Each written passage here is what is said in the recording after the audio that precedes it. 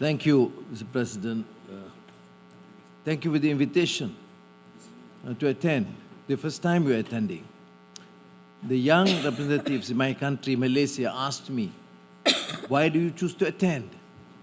My answer was that this is led by President Lula, the new voice, a courageous voice, a voice of conscience. Then the next question, what is the theme? Global governance. Where do we begin? Can we begin with the United Nations? For the last 5 decades, we are talking about reform of the institution of the United Nations. We are talking about ideals, humanitarian values. We are talking about adequate representation. There's no representation from Africa, no representation from Latin America. Who cares? This is a fundamental question. We are here talking about global governance, and there is a strong resistance against reform of a fundamental, critical international organization that must be representative. What is shocking and appalling is that opposition sometimes comes from the most so-called democratic countries in the world. Only when it probably benefits them is democracy, otherwise you can forget about it. Now, what about UN resolutions? Security Council resolutions? Do you then tolerate countries that ignore with impunity, reject all this, and nothing is done? In fact, some countries still connive and condone.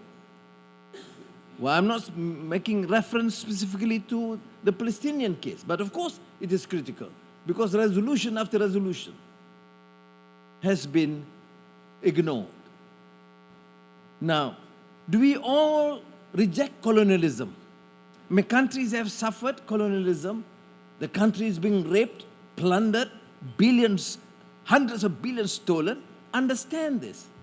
And we all reject. And thank God that all countries now reject colonialism. But then, do we consistently reject colonialism? What about the colonized people in the Middle East? What about colonization since 1947, Nakba? Until now, parts of the Palestinian territory is being colonized. Why do we choose to ignore and condone?